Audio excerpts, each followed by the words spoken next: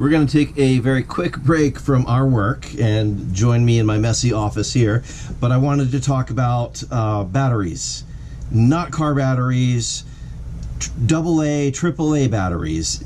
I don't know about you. Now, I am a nerd of many colors, but I use batteries in a lot of stuff, whether it's my Xbox controller or household goods, things around remote controls. I'm also a musician, so I end up using AA batteries in my wireless microphones, and I have learned that, yeah, there's a big difference in different rechargeable batteries. So I wanted to share this with you. I have been checking out these SCIGOLD rechargeable batteries. They come with a smart charger. It's a USB-C connection charger. So you get this charger. You do have to supply your own wall wart or whatever it is you're going to plug into, but it's a smart unit, and I like that it gives you on the charger, rather than just like a red light and a green light, which is what most chargers do, it gives you really accurate idea of how much the battery is charged up. And these batteries come in different power levels. If you're using high energy draw devices, like I've got a Sennheiser wireless microphone that's a high power unit, and a AA battery is typically 1.3 volts and anywhere from 1500 milliamp up to like 3000 milliamp. And these come in different specs, so you can get like the 1.6 volt, which gives you a little bit more power, and these are something like the 3000 milliamp hour, and these are 1.2 volt, which are a lot less on the milliamp hour, but they work well for different devices. So like my high power drain device, like my Xbox controller that I want to be able to play for hours and hours without having the battery run out, super helpful. Now this also works with some of my tools, like my multimeter doesn't require a whole lot of milliamp power, so the 1.2 volt works really, really well in that. I've been using my multimeter with these for weeks now, and it hasn't run out of battery power, so that's super cool. This I've been trying out on my Xbox controller and the Sennheiser wireless mic, and they work great. So usually with my Sennheiser, I'll throw in a fresh battery set and use it for about 4 hours for a music set on a typical evening or a typical Sunday morning at my church. And I'll get it from, like, the Sennheiser only gives me 3 bars. So 3 bars is fully charged, 2 is pretty nominal. When it gets down to 1 bar, I know I really need to think about switching it out, and then it'll start flashing, and then poof, it's done.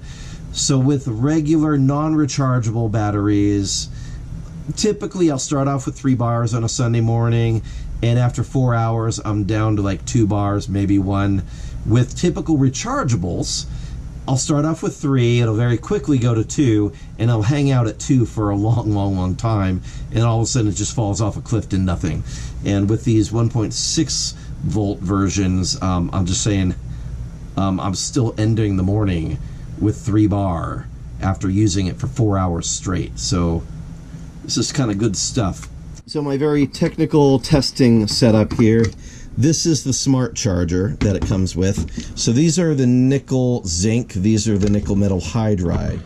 And you can mix and match with the charger, which is cool. So I've just got them laid out in their charger thing here.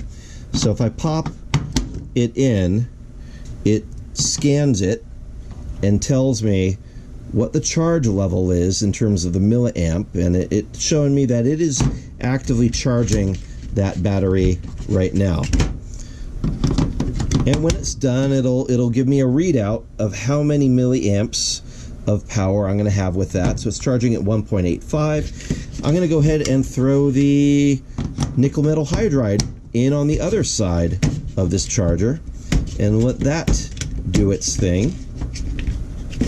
So it is smart enough to do both. See, it's showing that, yeah, it recognizes I've got nickel metal hydride and the Nickel-zinc both happening here. And it doesn't make you do it in pairs. You can do one individual battery, which is cool.